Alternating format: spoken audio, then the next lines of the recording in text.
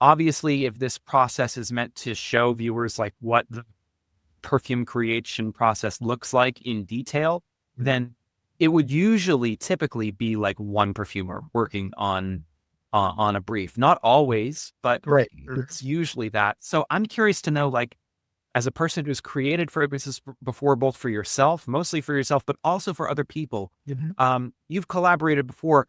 Yeah. What what is your first instinct in reaction to this brief? Like, what are Uh, you doing? What are you thinking about? there's some elements of her presentation that was more drawn to, and I thought, oh, I like that. I like that part, or I like this part. And because of just personal things that I'm more attracted to in the brief. And but all of it was, I like that she's sort of creating a world in a sense, and allowing us to maybe pick and choose bits of that. And that I think is great. I also think that she, from her experience, is probably fairly realistic about how do perfumes actually work, which is a different conversation necessarily than, oh, here's sort of the myriad of smells that are part of the history and current day of um, Halifax and what that is like. So I just think there's a boatload of stuff to work from. And my very first thoughts were a couple of key smells and accord ideas started to bubble up from the discussion in the PowerPoint. And then at the very end, when you asked her for some keywords, and well, at the end, there were two things. There was you asked her for a kind of a word cloud, and she mentioned those. She mentioned some key smells that came up. So actually, there were three. And then you asked her for that story. The story was interesting because the story was a bit different from the presentation, and she brought up some things that were a little almost it was a sidebar to the presentation. But I liked it because I feel like we could draw from that personal story, maybe to inform some things in the larger brief. So tons to work with there. Um, I'd like to hear some of your takeaways from this whole thing. These broader themes come to mind of like what's the creative intention behind the project. Mhm. Broader themes of history. That word immortal came about a couple of times, and I really found that fascinating. And I don't know if it has any place in this project, but it just sort of stuck with me. Um, I, Creative projects that talk about place always have to be very emotional to me, Mhm. for them to be successful. They have to really kind of get at something in a collective consciousness surrounding that place, but also the individuals that find it important to them. And so it was really important for me to ask that question to her about like a time that really made her feel maybe gutted with emotion. Mhm. And it was interesting that she chose that one. The idea that the person involved in that story she told about that place was her grandmother, I believe she said. Mhm. That again, it talks about like this place being old, Yep. literally old, and like having a really long storied history that not all communities have.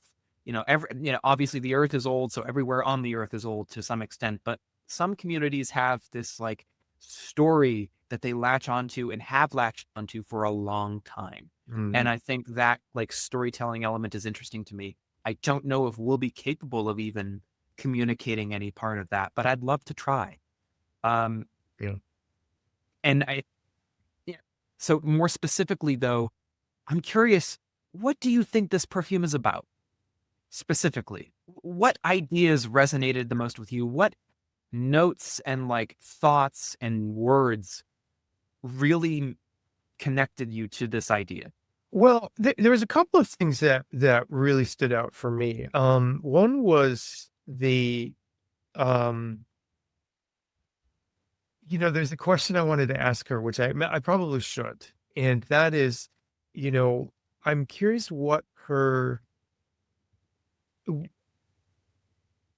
I want to go back to the very beginning of her presentation, which is that I wanted to portray a sort of unsexy place, and I'm curious what her emotional attachment to this place was. Like, were there times where she's like, God, I want to get out of Halifax. Like, I want to go to Rio. I want to go, And so does she have a kind of push and pull feel to this, and does she look back now with a kind of nostalgia? You know what I'm saying? That I'm kind of curious about, because the way that all of us grow up and we kind of have a love hate for our hometown, like it's like we love it, but we hate it. It's like, oh, I gotta leave this place. It's driving me crazy. That part I want to kind of maybe ask her about, but to get back to your question though, is um I know exactly what you mean about the historic overtures to the place, because a number of times she would bring us back to specific points in the timeline of history. Like, some were quite ancient, and there were some big milestones there. Particularly that industrial revolution piece really sat a lot with me, and I think the remnants of that exist today stuck with me a lot. There's something a lot about the stones that are still embedded with soot drove me crazy, and it's so beautiful and weird and wonderful. I love that. The fact that her grandmother lived in these row houses, which is a pretty old artifact as well. And they're very similar in structure to those rows and rows of mills as well. And that idea of this bunk, bunk, bunk, bunk, like this repetition across in the midst of this wild landscape. That's something interesting structurally. Um, the higher points of the hills and the idea of the heather being up there, I'm fascinated by the heather piece. I don't know why, but I'm absolutely bonkers about that heather, and I'm gonna almost insist that the heather be in there. Um, but the heather, um, combined texturally with the weirdness of the mineral stuff and the coal, and that, like, that is so perpendicular and almost opposite and fascinating. And so the temperature change stuff is fascinating to me as well. There was one part also that really stuck out for me, and that was that I'm probably misremembering the name, but it was like that open atrium area that she said she used to hang out a lot in, with all of the archways, and it used to be the cloth trade area. I really liked that, because that seemed like a one abstraction away from just the pure raw wool idea. It was like where the wool came, and the cloth and the cotton and the linen were traded and all of that. And I really liked that a lot, because I felt like there was quite a lot of things going on there. And there was something that I felt could be drawn out of that. And it was like a mixture of material and history at the same time. Those things stood out a lot for me. What about you? What stood out for you? Well, I'm just trying to identify that creative thrust of what this fragrance is, and Mhm. I think it might be that in this place of like that's filled with textures that are coarse, and history that is, hovering over things, and it's a part of the country, it's a part of the world rather, that has is known for inclement weather, and there being like a darkness associated with like that smoky industrial age. You're thinking of all these dark things, and both thematically and like literally, and you're thinking of like coarse textures like of heather and moorish hillside, and textiles, but that there's something cozy to be found within that. Mhm. And I think the coziness can be the treat, the chocolate toppy thing, but it can more abstractly, the coziness is memory and fondness for your place that might not be the most um, lush or Rio de Janeiro kind of beautiful place in the world, but it is beautiful in its own specific way. And the beauty for Nicola in creating this brief was that it's a place of great personal emotional significance for her. So for me, that three-dimensional smoke has to come up from the very beginning, I think, as well as that lanolin, fatty, musky quality. But then within that, Mhm. in that blanket accord of like this wall of like textural elements, you can pick out sweeter things. You can pick out floral things, Mhm. as opposed to something that has like a top, middle, base traditional structure, Mhm. do we make this like a vertical accord of like smoky musk, and then within that we have things that unfurl like florals and sweet things like and like fatty cocoa-y rich things. Mhm. Is that possible for us technically? I don't know. Well, it's interesting when you mentioned musk, the first time that musk came up, that rang, it's like this big bell went off because I was like, this is a musk perfume. This is definitely a musk perfume. Which is And scary because musk is so difficult to work with in a way. There's just so many different options to choose from and they well, last. there are, but I do feel though that like for me, I think, and I probably should have mentioned this in our first uh, recording, is immediately I thought of ethylene brassicate and that very like fruity musk in that, and that's not to say that we can't bolster that with like a Tonka tone or like kind of, more animalistic one. But I do think that there's a place here for the pairing of like heather and musk and then something more fatty and animalic and lanolin like, and then a smokier thing as well. And that there being like a transition from pale white to like black at the end. Can we agree that this might be a musky perfume, but it's not necessarily an animalic perfume? Yeah, absolutely. Yes. Okay. Yeah. We may even want to early on say there's a few things that are not part of this perfume. And like one thing I just realized wood is not really in this perfume specifically, you know? I agree. I don't think I can see a path forward where we're adding intentional woody accords to this and No, it working. no. This is much more if we're talking about anything like of that sort of bulk, if this is more about stone than wood, definitely. You know what I I mean? I think I would also not want to get involved with spices too much.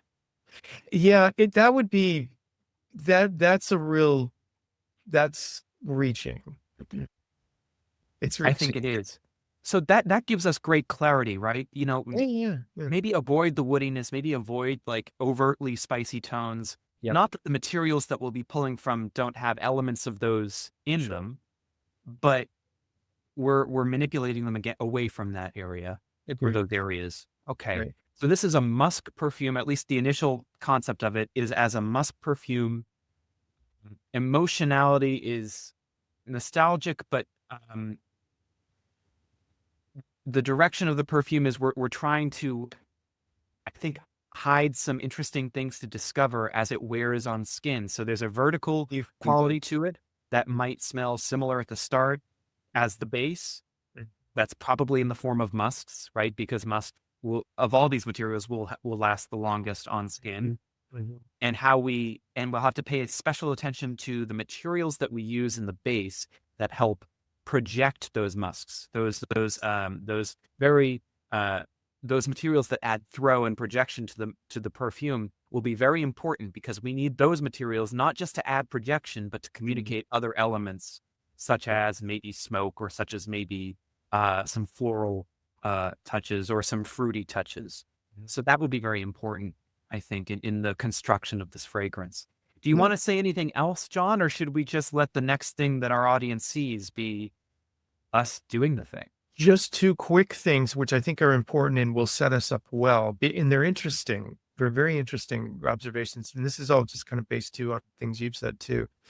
Um, this is not telling a traditional story, which is cool. Like there isn't really a through line story. Like I spent a day doing this and I saw this and I died. Like that isn't happening here, which I like because I think that gives us a um that frees us up in some ways. Um Also, um, we are not tasked with a specific time and place. We were not told, like, I was here and the time is 2 o'clock and the following things happened and da da da. And we weren't sort of told to portray a thing. We were instead given a very broad view, both in time and space. So that those are pretty interesting realities here, I think, about where that brief placed us, and that actually frees us up in very interesting ways. If Yeah. anything, I think it was less, like you said, not really about specific times and places, but the collective memory about how the place has changed over time, Yeah, over very long swaths of time, correct. whether that be a specific memory or something of a general time period. So it's interesting that Yeah. that's both a creative challenge, but also creative freedom. Yeah, exactly. It's yeah, you're right. It is both. It is both.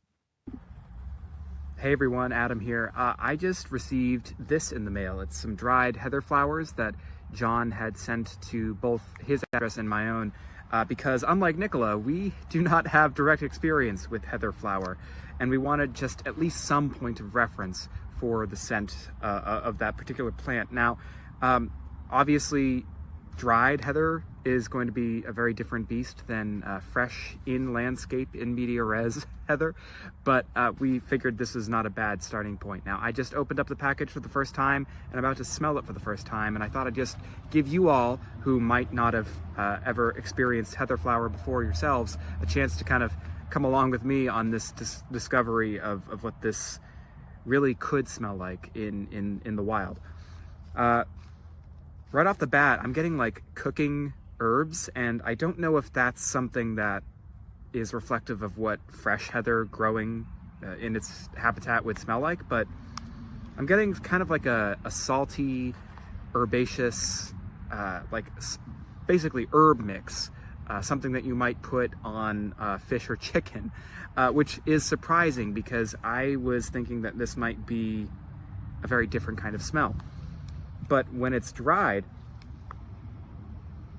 there's definitely that kind of immediate front note of like cooking herbs. I couldn't really be specific. There's maybe like dried parsley, like kind of like an Italian's herb mix for those of you that have that in your local supermarkets.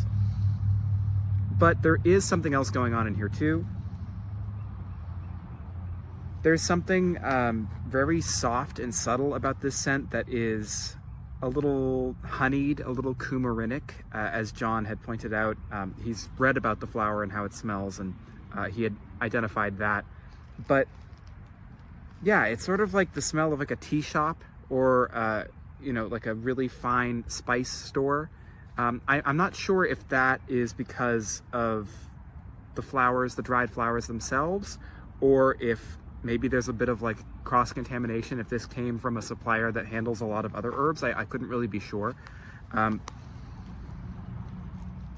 It's a strange scent. There's almost like, I don't want to put you off from it because it's interesting to smell on its own, but there's almost like a wet dog kind of note, which I really wasn't expecting at all. Yeah, this will be an interesting material to reference in the work. I am hoping that we can assign a slightly more pretty version of it in our fragrance, but it's definitely interesting. I'm very surprised by this, honestly. I'm very surprised. You have caught me in media res, like a little bit wondering what we're gonna do with this, I'm sure heather smells better in its areas where it naturally grows, but here in this bag of dried flowers,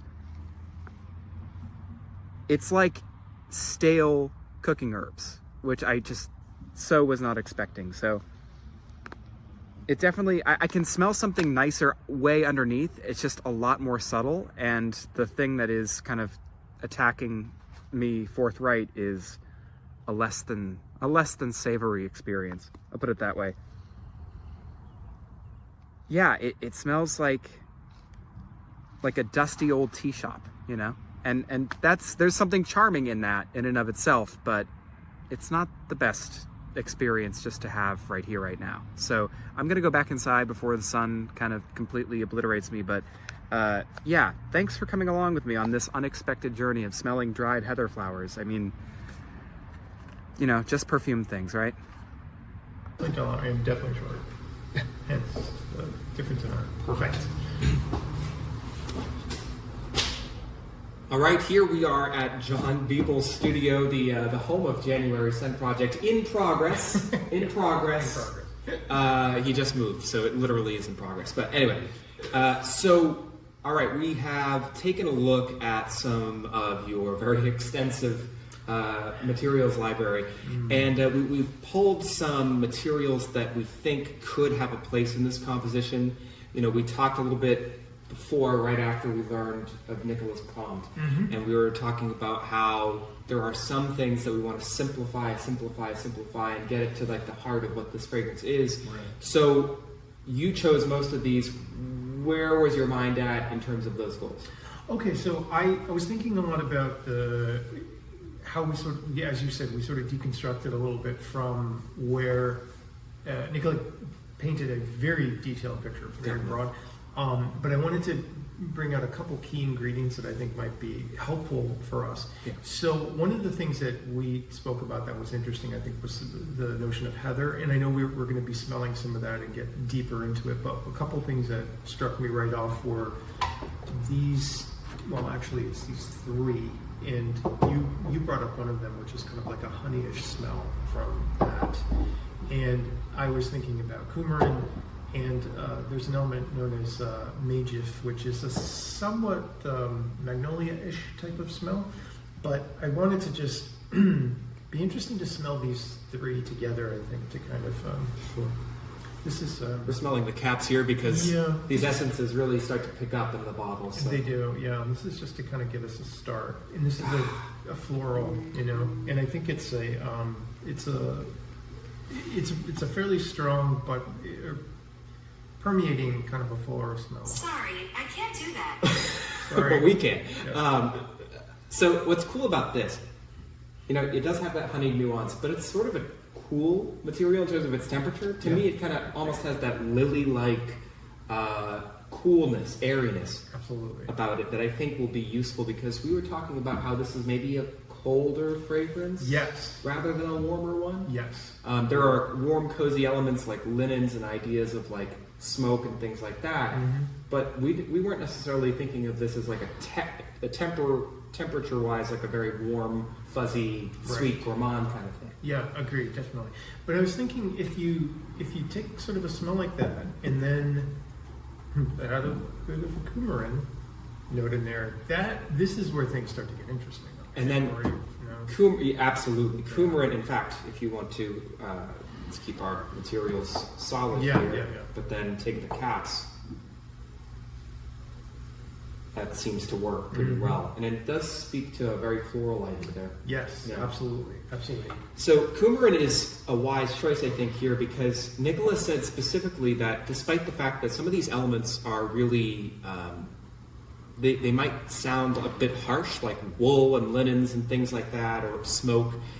They might sound a bit harsh. She wants this to, ultimately be a very wearable perfume, as do we. So when you add Coumarin to something, I think just about anything you add Coumarin to is going to smell a little bit more wearable, because it's the bedrock material of, it's one of those bedrock materials of fragrance in general, but specifically those fougères, those green things. Right. So I think it's that smell that also tends to bring, I think they call it the outdoors in. It's got that. Yeah. That brings the outdoors in. Clever. And so your idea of adding in a bit of a honey smell as well too, which I think just even a tiny bit, because that honey essence is a fairly strong material. Like this honey essence. You can buy it as titled. And it has really a big sugary hit to it almost. Yeah. I mean, it's quite sweet. It's syrupy. It doesn't have like a textural heaviness as much as other sweet syrupy materials do, but it's still pretty darn sweet. And I think it overtakes compositions pretty easily. Yeah, it can do. I think the idea of mixing those, like something along a tiny bit of honey, a little bit of a substantiating floral, and then Coumarin, that may create that heatherishness. And we were talking a lot about this being a very textural perfume idea. It really almost has to be. And so when we were talking about that honey, I was thinking of it almost just as much as a texture, as a sweetener for these really dark elements. And so I was trying to think of things that might play double duty in terms of what that texture contributes to. Mm-hmm. We have something of a linen note that we know we wanted to kind of at least try pursuing to see if it fits. Right. and then there's smoke, and then there's honey and wildflowers, and like not pollen per se, but the idea of florals giving off something into the air. So I thought of this styrax material. It's a nutty kind of smell. It's a resinous material, and it's definitely musky. Yeah. And you were just talking about how this perfume has to be kind of a musk perfume at its Yeah, heart. I really think so. Yeah, definitely. I don't know. It may or may not have a place here, but it certainly is very textural. Oh, I think it could definitely be. Yeah. And it's certainly very complementary to the honey. Definitely. And I really think it also speaks to that whole heather idea too. And what's interesting about Styrax is it's right on that edge between being like a full-on resiny smell and then something that's just a gentler, and it is like pairs well with honey or a floral material. Like it's got a lot of interesting aspects that can, like you were talking about these double duty type ingredients. I think this could be one of those as well. So one thing we talked about a couple of times, and it was definitely something that Nicola mentioned, was the idea of smokiness. But I think Adam and I are agreed that pure smoke smell would be not only difficult, but also just not really incongruous with the general nature of the perfume. Like this isn't a heavy fragrance, I don't think at all. And so we probably need to think about this a lot more, but one thing that came to my mind, I mentioned two ingredients, which are kind of a little bit adjacent to it, is something like guaiacol, which very interesting. It's between that sort of pepper and smoke kind of the smell. That's definitely it. And it's not that it smells floral, but it smells like it could contribute something of a great counterpoint to a floral liqueur. Yeah, agreed. And then also dihydroeugenol is a bit more, it's between the smoky and the clove and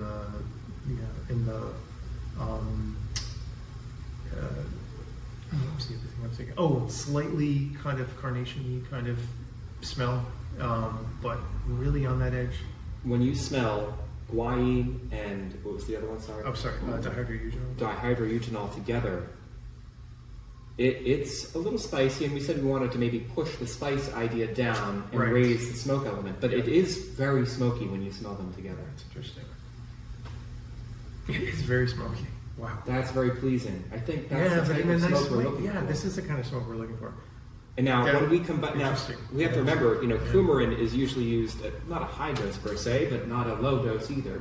Right. And so we have to consider the dosing of Coumarin here, because Coumarin plus those two somewhat spicy materials might make that spice come back into the fore where we want to push it down. Right, agreed. So this is going to probably be, this is going to have to probably be done with a lot of sensitivity here. Yeah, definitely. Agreed. And we might need to rely on maybe one other smoky-like material to help communicate that and to draw out the elements that we're looking for from these two. Yeah, agreed. Cross that bridge. What next? So really quickly, a couple of things I just brought. So one thing I brought out was I got this cocoa, which she mentioned caramel and chocolate, and we thought it was a bit of an outlier. So I thought, well, let's just smell it for the sake of smelling it. And it probably feels like, whoa, that's crazy. There is something, it's a roasted cocoa bean that they use to make that material, and that roastiness comes through, and it almost could be used to communicate a smoky element, but my problem with it is that it's a very textural material, and its texture is like milky, smooth, buttery. It's cocoa butter. It's of this. It feels to me more of the south of England than the north of England. Yeah. It's very rich. It's very rich, and it's probably not part of this palette. But it was good to smell it, I think. For sure. You said a pyrazine. I brought so I got one of these out, which I'm not sure. Again, I'm kind of interested because it's got a slightly gourmand edge to it, but I'm curious if it would help with anything here. May not. In obviously incredible dilution, it might be useful. Pyrazines, as a family of materials, are notoriously intense, and they can very easily overtake a blend if not used with extreme dilution. Right. Putting these three together, the other two smoky materials, and smelling it in concert with It's just so hard because the Pyrazine is so much more aggressive than any of the Which is other funny two. because this is already at 10%. So I'm going to waft the Pyrazine. Yeah, you're sort of like, I can hold it off to the side here, so it's sort of just like... Yeah, obviously, this is not the most perfect. I'm sure there Yeah, are. it's not a terribly scientific way of doing this, but Yeah. it's like, this is in your... I almost hope no other perfumers are watching this because it's like, what are they doing? Just get strips. That's just, yeah, I know. But then, if we were doing strips, this segment would take This would forever. take forever, yeah. Yeah. So we're going another way here, but so anyway, that was another idea. But let's the two last things is one key thing that Adam and I both agreed upon immediately was that musk is very much going to be part of this perfume, and essentially, I think the backbone of this perfume. So two things that came to mind was a very common, important musk, which is ethylene brassylate, and yeah, to me, this really sings as, I think, a possible component here. It's how would you describe this as a musk? It's got that immediate, recognizably musky heart that you might smell in something like ethylene brassylate is so commonly used, but it kind of reminds me of that smell of the musk in Glossier You a little bit. Yeah. I would say that's correct. Also, it has like of the whole world of musks out there, this leans into more of the berry and fruity aspect to me of where musks can go than certain musks which maybe go more toward powder or go more toward animal or leather or this also has can lean more into like linen and cotton or something like that as well too. But also muskum I think is of a similar ilk, but a slightly different character. Yeah, and this almost has a minty quality to it, which is interesting. Muscone does have a minty quality. I think it might be a quality we'd wish to bury. But yeah, it's interesting because it's a little brighter. Even though I think ethylene brassylate is pretty bright, but this is very bright. Muscone has it almost smells. I dare I say aquatic, or like something that could pair well with aquatics, and in fact it probably has been many times. Yeah, that's a good call on there. Yeah, you're right. But So, these are interesting. we have some real interesting choices here. I have one last bit. This one I think was interesting. We talked a little bit about the sort of like coal, shale, stony aspects that Nicola. This is a real favorite material of mine, isocyclocyprol, which is just a dead ringer for like that kind of seashelly, oystery kind of smell. Like it's Whoa! Okay, I had not smelled that one before. it's insane. It's a wonderful smell.